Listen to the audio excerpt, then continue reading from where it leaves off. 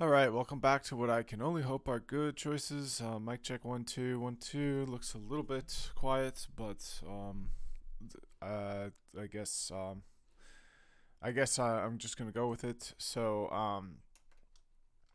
Last video was on the LPIC series. You can see I haven't done an automate your network series in over a week, so I think I'm gonna be doing that right now. So we finished part one of the book, so it's kind of a clean place to stop. So this kind of explains that whole gap there. So let's pick it up at part two. I forget where the okay. So here's the repository, and here's the book. So yeah, we're gonna pick it up at part two. So he's more machine than man now, twisted in evil. Obi-Wan Kenobi. All right, part two of this book is designed as a practical step-by-step guide, perfect, that can be followed to automate a network. First, configure and understand the base repository file and folder structure. Invest time creating a foundation and folder structure that is logically organized and scalable based on the examples provided in Chapter 5. Once the repository is ready, network reconnaissance can be performed following the examples provided in Chapter 6. Begin using the real-world examples of tactical plays that can be used to make changes to the network starting in Chapter 7. Following the tactical changes, Chapter 8 illustrates how to create data models and dynamic templates. These artifacts are used to further evolve into a fully automated network documentation system in Chapter 9. Chapter 10 uses the data models and dynamic templates to provide a fully automated configuration management system. Chapter 11 explains the CI/CD pipeline to wrap things up. Remember to git clone a copy of the supplemental repository to see how many more examples of, to see many more examples of templates. All right, so we did that production infrastructure. So let me see what the problem is here. So if I do git branch, okay, we can see I'm on that branch. If I do git checkout main, and then I do git branch, now I'm on the main branch, and we can see we do have that there. So so what I could do is get branch. I can't autocomplete that, unfortunately.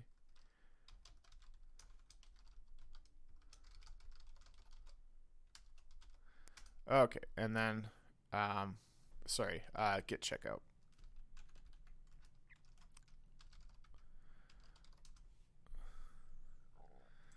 All right, and my branch is ahead. Let's see what that. Oh, I haven't pushed. So let me do a push.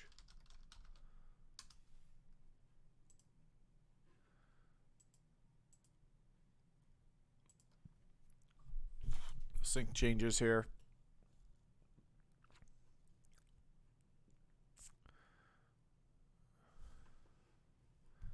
Okay, so now let me do a git status on that.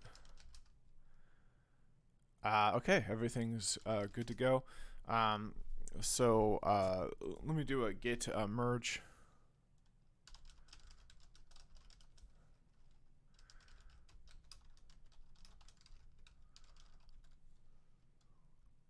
So we can go here and we can do branches. Yep, so we can see it. We can even just do it here. So we can switch to the branch. We can fetch, create a pull request. Can add a branch to favorites.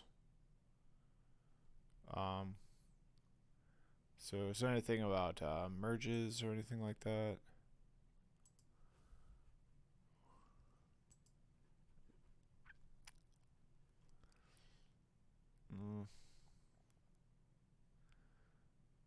I don't see anything. We can see the commit graph down here.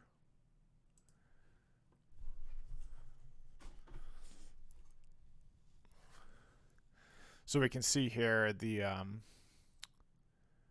I think this is the main branch here is what this is representing. Or I'm not sure. It's not. Oh yeah, yeah.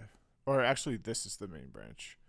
So this is John Capobianco from the original fork. These are his commits, and then this is where I started making commits. And then you can see I just randomly added the files to the main branch. That was a mistake.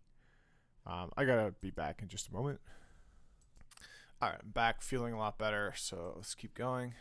So yeah, you can see my branches diverged here. So I need to get the main branch back into my branch there. So let's expand this. I'm pretty sure I can do it just with this command. So let me try it. Okay. There we go. So now if I do a git branch, you can see I'm on my branch now. And we can see that here as well. It's highlighted. And then if we look at the now we've got that there. So that's good. We're going to sync changes. And then we're going to keep working in my branch. And let's do a merge the other way as well. Now we don't have CI/CD set up yet, so like this is where this is the point of like what we're learning about in this book is to set up that modern network development lifecycle. So you would have this main branch locked down, and then you wouldn't be able to just merge directly to it. It would go up to some pull request, and then it would get reviewed by the team, and then you would have like CI/CD checks, and you could like schedule the changes to go live. You can have the like Ansible or whatever detect if there's updates there, and then reach out to the network. So this is definitely not the way you would do it in the modern network development lifecycle. But for now, I think I'm just gonna do it. So check out main just to keep that up to date with everything. And then we're gonna go git merge, and then it's Ram's book read through to main, and then we're gonna sync the changes. All right, and now everything's up to date.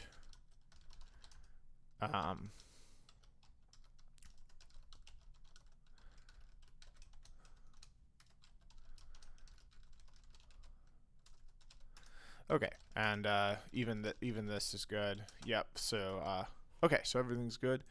Yep. We cloned the supplemental repository. We've got it right here now. This was in a previous video, but this is a separate repository. I decided to wipe it of that. You can go back to a video. I don't know how you'll find it, but I used ChatGPT, and I figured out how to make sure that the version control is just set up for this whole automate your network repo, and then there's not separate version control for this production infrastructure folder. So it was kind of tricky to figure out, but I figured it out. All right, so on to chapter 5, repository structure. The organization of information actually creates new information, and this is by Richard Saul Werman. I'm usually kind of interested to know like who these people are if I don't know already. So I know who Obi-Wan Ben Kenobi is. I don't know who this person is. So I might have to do a Control C. There we go, and then Control A. There we go. Let's see who this person is. So it looks like this is a living person. Yeah, so he's alive. He's 88 years old. And he's an American architect and graphic designer. So he probably knows quite a bit about uh, organization of information. Let's just see one more thing. Oh, so this is the guy who made Ted. Is his name Ted? No, it's Richard. Um, okay, well, I guess that. Oh, this is interesting too. He supports SENS Research Foundation. So like there's a lot of anti-aging research. I mean, there's always been throughout history, and it's been rife with scams, but it continues to the modern day. And I would venture to say that if you're yes, those scams still exist. Yes, they are more sophisticated and widespread. But I think emerging, perhaps in the shadow of that, are legitimate advances in anti-aging and longevity science. So he's 88. That's amazing. I think that's over the standard lifespan. He looks like he's um, still active and mobile at 88, which is definitely something to aspire to. So, and we don't know if these pictures are from 10 years ago or anything, but I don't know. I just thought that was interesting. I think it's good to learn a little bit about who these people are that are saying these quotes. Organization of the repository includes a combination of necessary Ansible framework files and folders, as well as user-defined files and folders. Create a repository that scales, is easily navigated, and supports the Ansible framework. This should be the first step after creating the environment-specific repository in Microsoft TFS. Build the folder structure that best reflects the environment being automated. Okay, so now we got to do some work in TFS, which is kind of an outdated thing. But if we go into Azure DevOps server, we should be able to do something similar. And really, we're just this is GitHub, or Jenkins, So we can do this in GitHub and or Jenkins. And then honestly, like what this really is like we already have this set up because we have version control on this. We're using we're using GitHub. GitLab is the one that's open source. All right, so we're gonna go. We got to kind of make it up as we go because it's a bit outdated. So, gonna create a resource, and then we're going to create a TFS if they have it.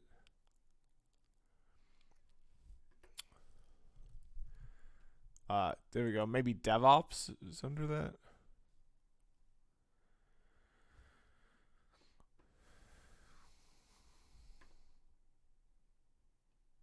Nothing. Under networking, maybe?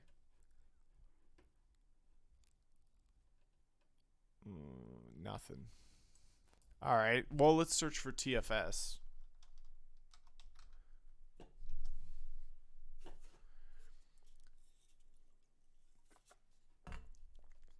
Nothing. Oh, here we go. TFS basic domain deployment. No, I don't think that's it. All right, so they don't have TFS anymore. But if we create a new, so we can click here and create a resource. I'm guessing that's similar. So that's where we're at now. So the next thing we need to do is create a new work item. So let's see if we've got work items.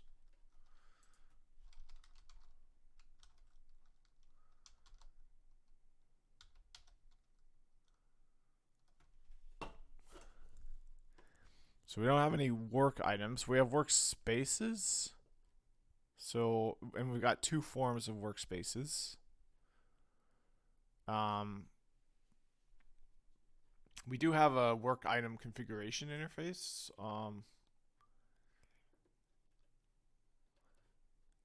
Yeah, I'm really not sure how to use this.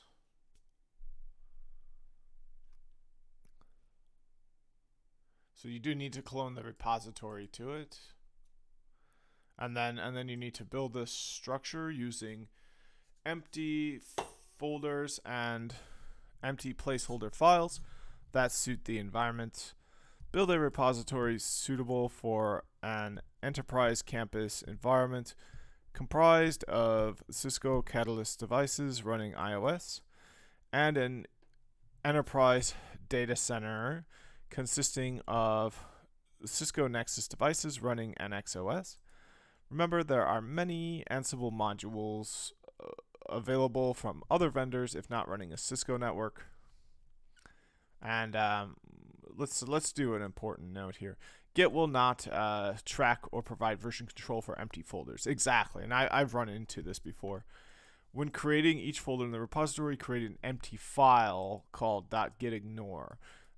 This ensures the folder structure ends up in the repository. Yeah, so my workaround for this was to just create a file.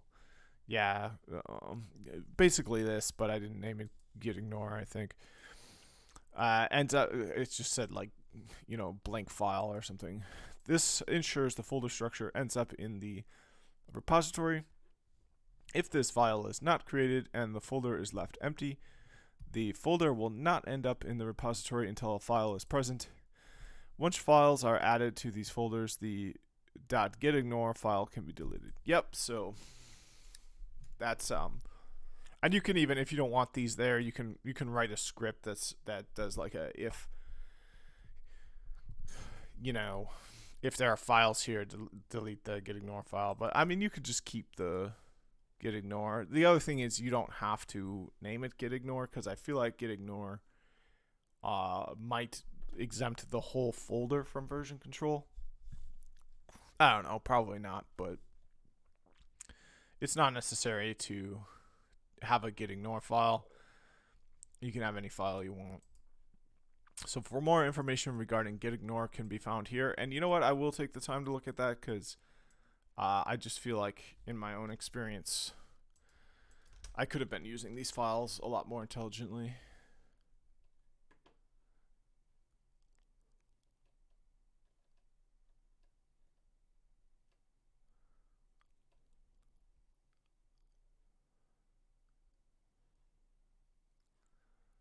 Yeah, so this is, so we can see the purpose of gitignore files is to ensure that certain files are not tracked by Git, remain untracked.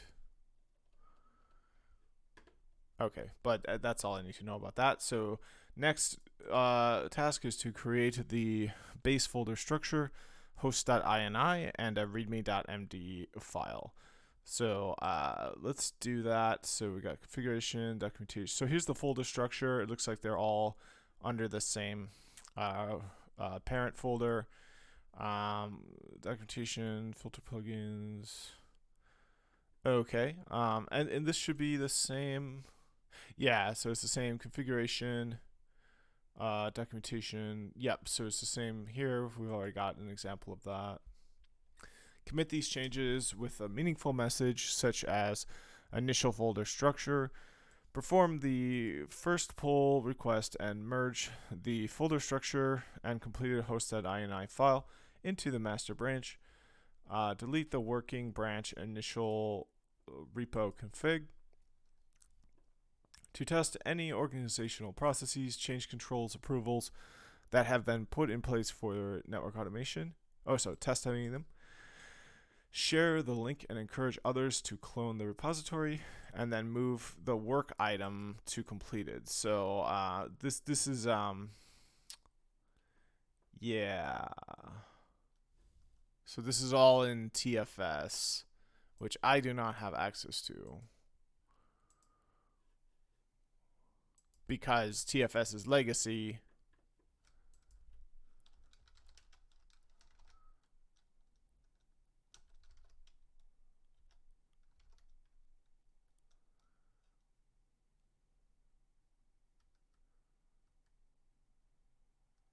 Yeah, I don't know. Maybe it's this one, DevOps organizations. Yeah, here we go. Get started using Azure DevOps. That's probably the way to go. There we go. Now we can sign up for free, and do a quick start. I think this is probably it. So now we can open Azure DevOps.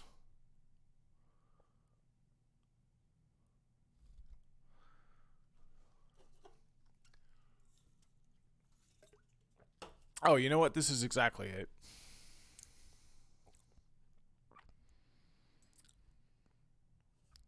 Okay, so maybe we can create a work item from here. Yeah, there we go. Okay, so you know what? I can use this and follow along. Great.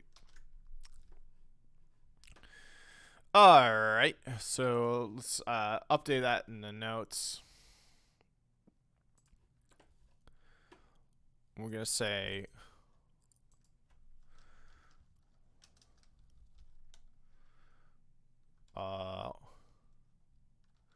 TFS link.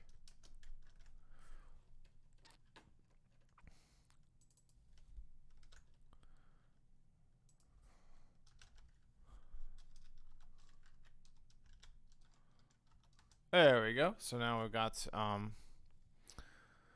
that, and we can commit that right away. We're gonna say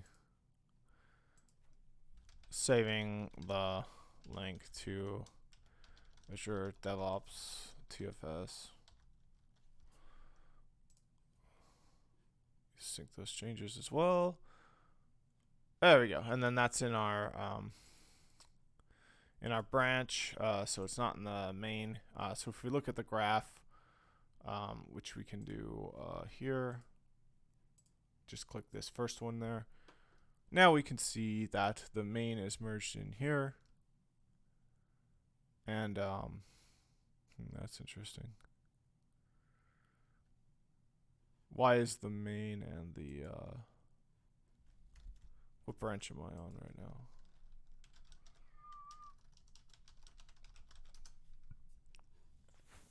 Okay, well, I don't understand why. I don't understand why there's not a why this doesn't veer off from the main. I mean, this is the main, right? I don't know. I'm confused.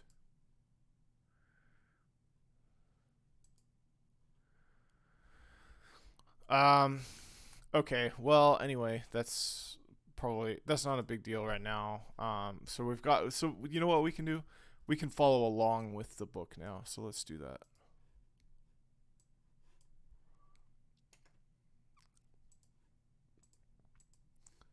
Okay, so now we're going to click this plus sign here. We're going to create a new work item. Now, I don't know if they want it to be a task or an epic. So let's ask the AI.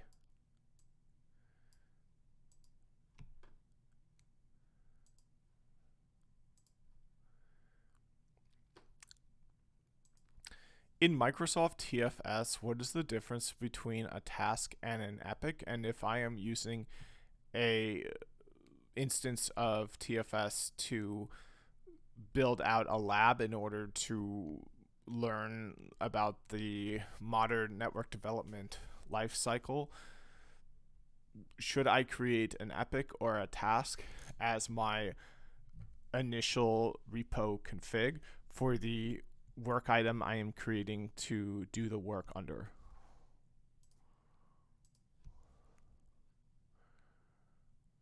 In Microsoft Team Foundation Server, TFS, now known as Azure DevOps, work items can be classified into various types such as epics, features, user stories, and tasks. Each of these types is used to represent a different level of work. Here's how epics and tasks are generally used, and how you might use them when setting up a lab for learning about the network development lifecycle. Epic granularity. High-level work item used to represent a large amount of work that can span several sprints or even releases. Typically used for tracking large initiatives or big feature developments. Detail level.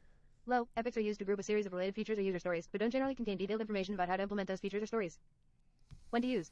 Use an epic to represent the overall project of building out your lab to learn about the modern network development lifecycle. Task granularity. The level work item used to represent a specific unit of work needed to complete a user story. Okay, so I think I need to start with an epic here. So so give me some specifics for how to. Okay, great. Clearly, I need to start with an epic. Give me some specifics for best practices, naming and configuring the epic.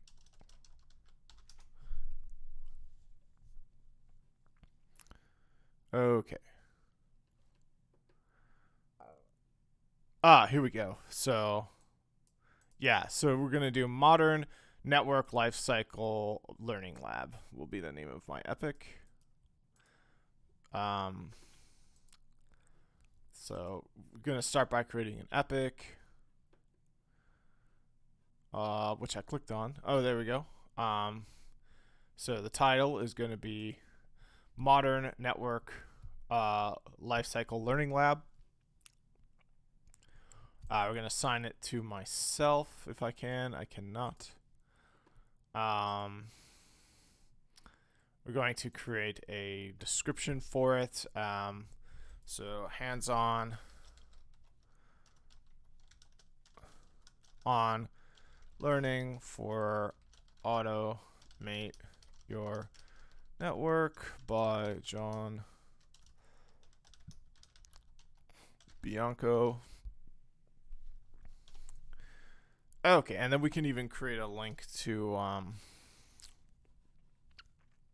my GitHub repo.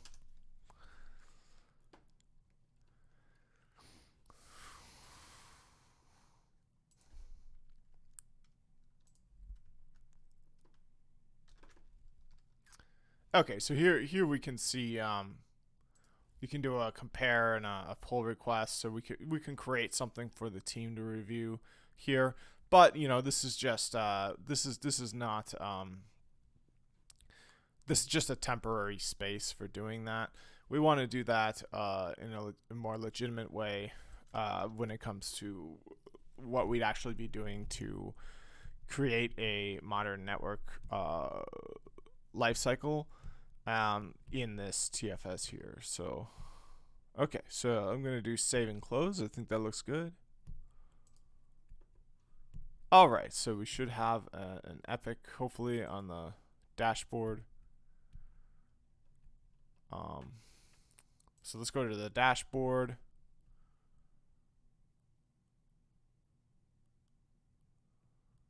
Okay, so we got to add a widget to the dashboard.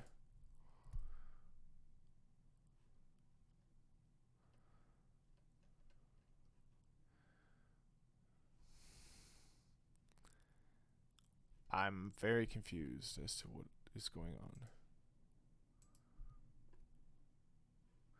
Okay, so here we go. Here's a work item. So, can I assign it? Why can't I assign it to myself? Anyway, that looks good. So that's the epic. Now can I assign a task under the epic? Attributes. Iteration path.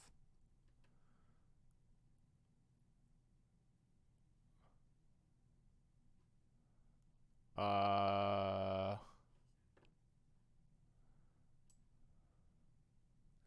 feel like this should be a task. It's like, I feel like an epic is like you. I don't understand why you would have epics and why not just have another instance, or like, what is this called? It's called a, like, what is this called here? And like, if since you have this, like, why do you need an epic? So like what is this called? Oh, it's called a project, right? Why do you ever need an epic when you could just create a new project instead?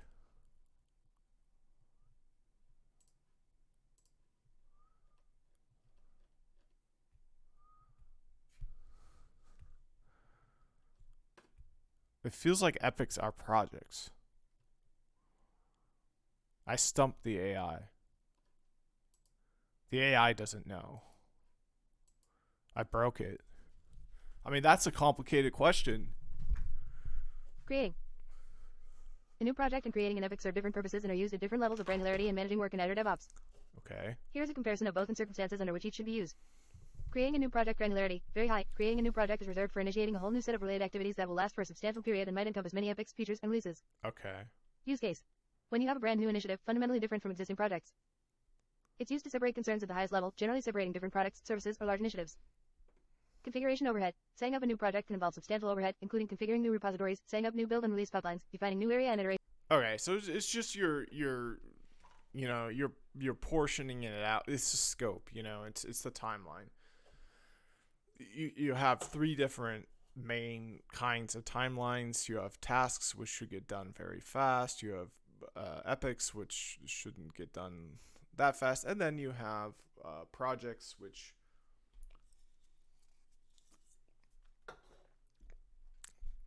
you can have a separate project. So use an analogy to explain this to me.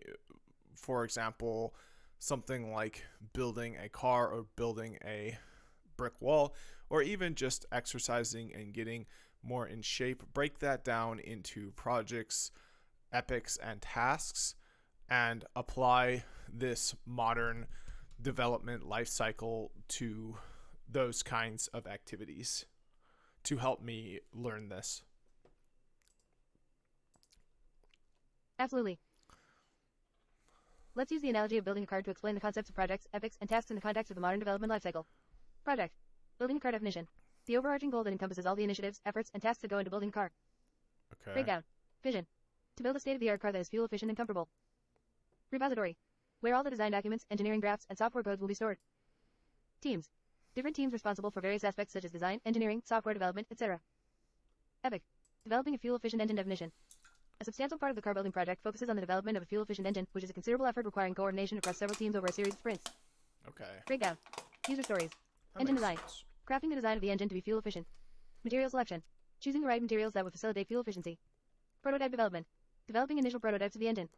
Acceptance criteria. Must meet certain fuel efficiency standards. All right, that makes sense.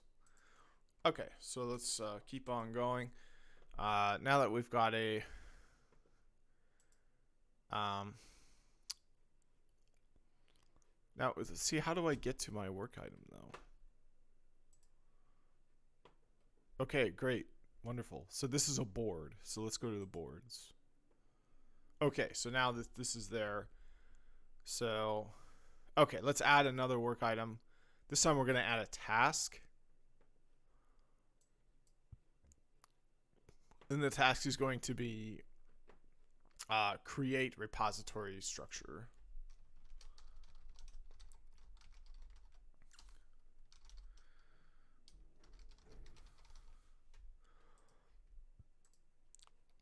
Okay. Oh, you know what? Let's just stick with what the book has here. So it's going to be initial repo config. There we go. And then we need to move it into active.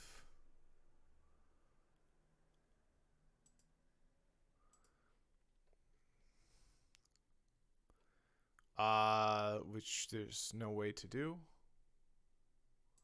Okay, I guess I'll create it first. So there we go, and then I'll go to the board. All right, and now the state is to do. It's unassigned. I'd like to assign it to me.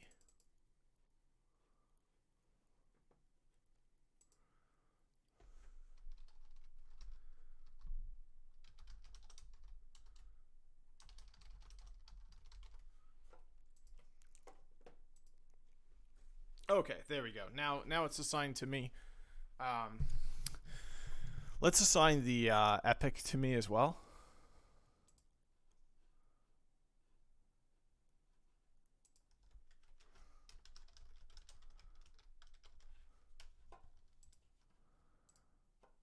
Okay, and then we'll go back to the boards, and then we'll Okay, so it's assigned to me. Maybe now we can change the state. Okay, yeah, we can change the state. So let's change it to doing.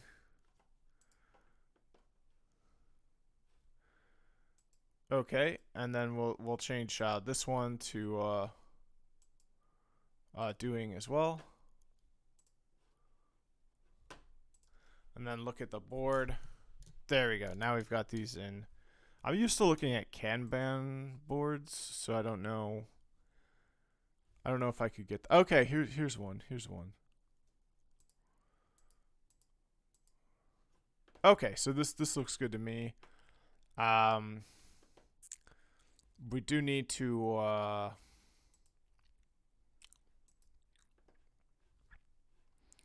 Okay, we'll do a new item.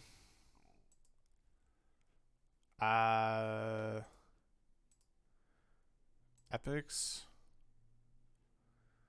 Oh, okay. So somehow this is on there now. I guess we weren't. Oh, I see. So we're viewing issues, but we can view epics as well.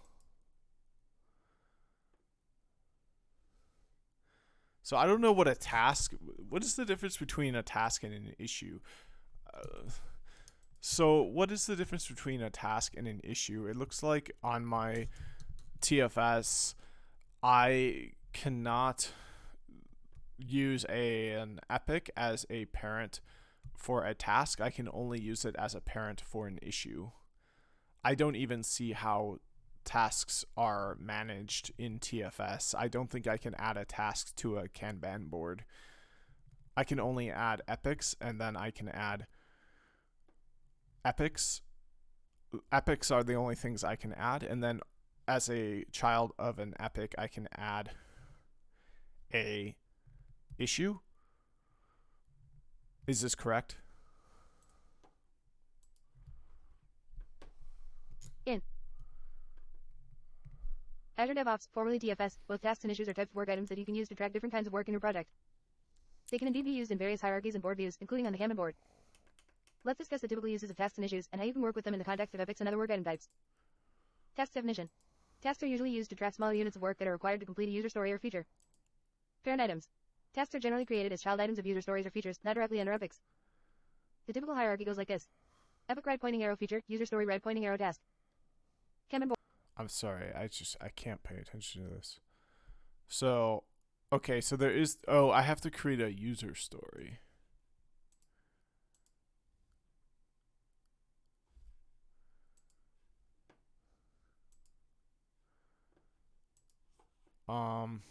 Oh man, my eyes are so glazed over. Related. So add a link. New item.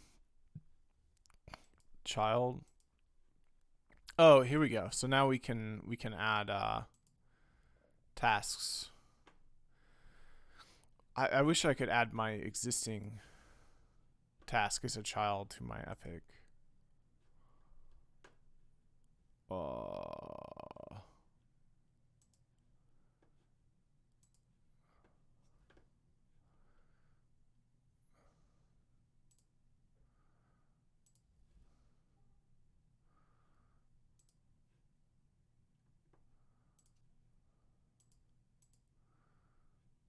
Okay, there we go. I think this did it.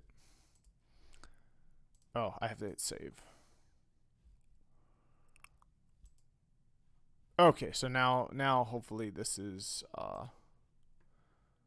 good. So if I click on this, oh my god. So yeah, here's the child here. Okay, so that's not bad. Okay, so the next step. Okay, so active. Now we clone the repository locally into the development workstation with VS Code installed. Okay, build the structure using empty folders. Okay. So I feel like I kind of did that already. Let's open up the lab.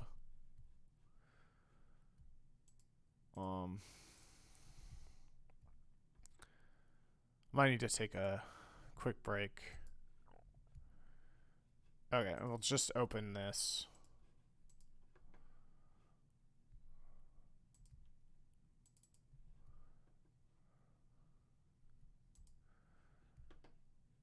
I gotta take a quick break. I'll be right back. All right, welcome back. Feeling a lot better. Kind of getting into the weeds here with some stuff I was hoping I didn't have to focus on that much. That's the thing. It's like sometimes with this whole modern development life cycle, it just depends on what you're doing. Like, yeah, if you're doing a year-long project, or like, like if you're just managing a network for a small business, like forget about it. But it's that's not what we're simulating here. We're simulating a large campus network for like a medium to large business, and then a large data center, and then a WAN connection between the two. So this is definitely going to be pretty critical for that. All right, so yep. So we've got the work item. So now we need to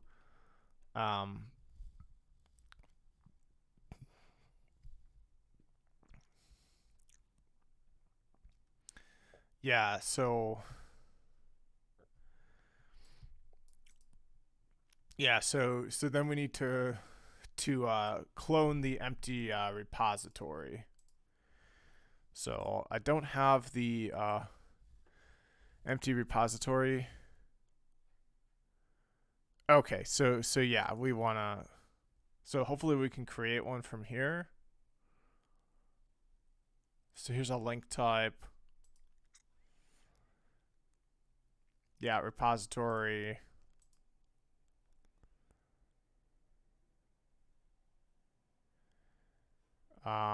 Okay, so I think we need yet another work item.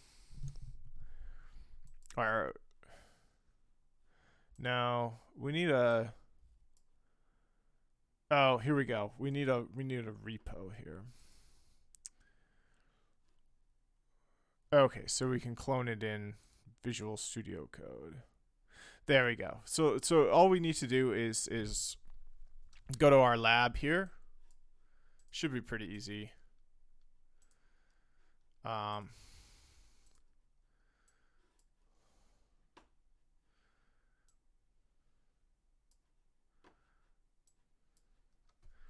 we might need to but okay, no, this should be fine.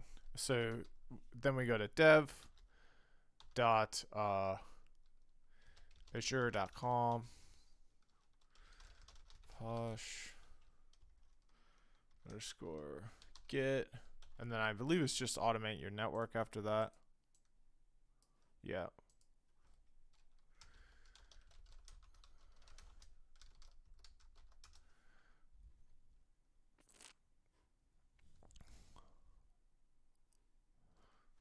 Yeah, and then now we'll need to log in.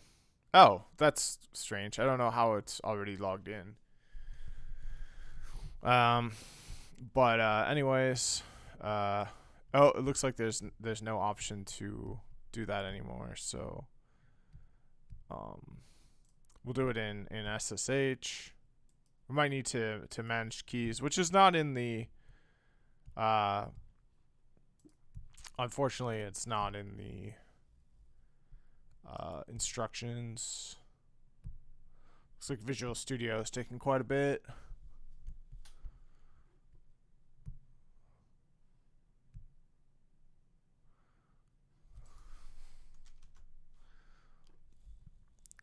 And this isn't Visual Studio's fault, I'm in a virtual machine.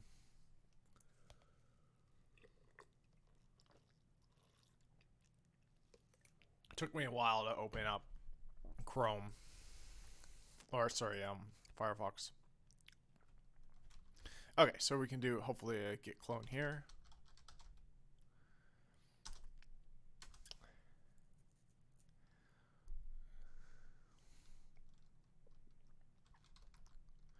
We got, you know what? I kind of want to do it here, just so that it's more No, we're not going to clone it from GitHub. We're going to clone it from here. And then we're going to choose a folder to clone it to. We'll choose this folder here.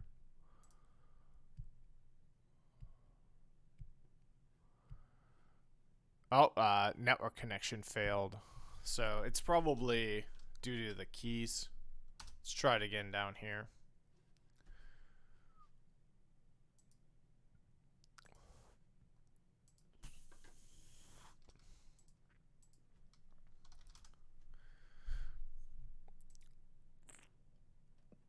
Yeah, so public key authentication failed. We could try it with HTTPS. Let's try that.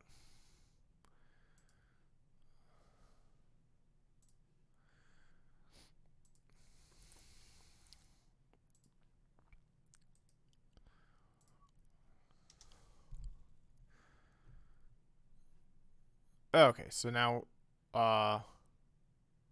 hey, look at that. I think we got it. Oh wait, no, connection failed again.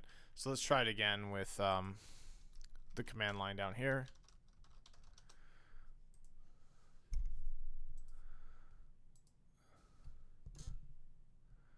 Still nothing. Yeah, it's not accepting input anymore. All right, well that's too bad.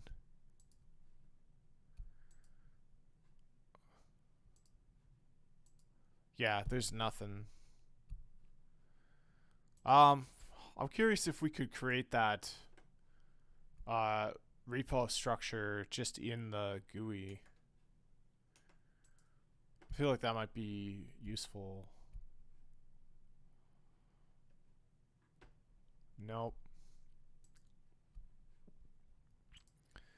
Alright, so it looks like I lost access to my... Oh, I see. It's just because of that message was up. Is that why? No, it looks like I lost access to this instance of Visual Studio Code. I don't know what's going on.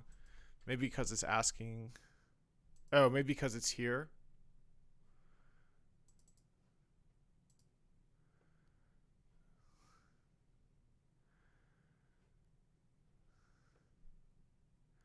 Okay, it seems to be working now. Now that I'm using HTTPS.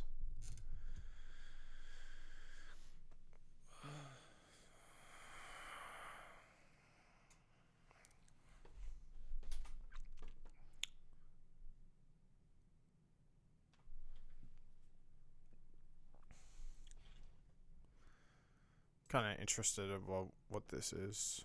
Oh, this is just to... Okay.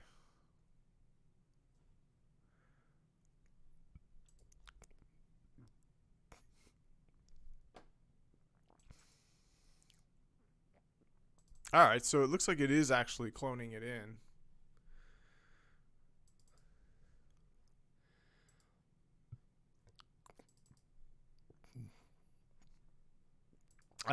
It's an unfortunate naming of this project. I wish I had called it hands-on exercises. So I could probably create a new one and see. So if we go to files down here, or maybe repos, or just go to mine. Yeah, now we can create a new project. So we'll create it. Automate your network, and then hands-on practice.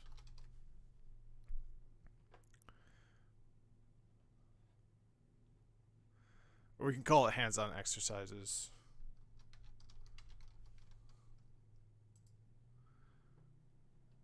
Or just call it hands-on. Okay, there we go. Shorter is probably better. Looks like it's still cloning it in. I don't know why it's taking so long. Oh, because I have to select something from here. There we go. Still failed. All right, so this is better. So we can create a epic for this, or just a task without an epic. I don't know.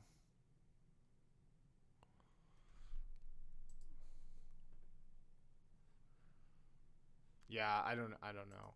And I kind of tempted to take a break again, but I think I just want to end it. It's been an hour, so unfortunately, I think I've got to end it here. When I come back, we'll move on to the configuration section. Hopefully, I'll try to get. I kind of want to get this off the ground running. Let me just take a break and come right back. All right, welcome back. So yeah, I got it ended here. So thanks for watching. See you in the next one.